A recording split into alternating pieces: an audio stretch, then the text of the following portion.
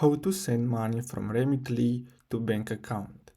So the first step is to simply go to Remitly, and then here you're gonna have to choose to which bank account you want to send the money. So basically here I'm gonna send money to a Pakistan bank account. So after that, after you select the country, you're gonna have to click on send money. Now you're gonna see here, you should see here in your, let me start over. So here you're gonna see your current uh, location currency, and here how they're gonna receive it. So I'm gonna send this currency and then gonna receive this currency.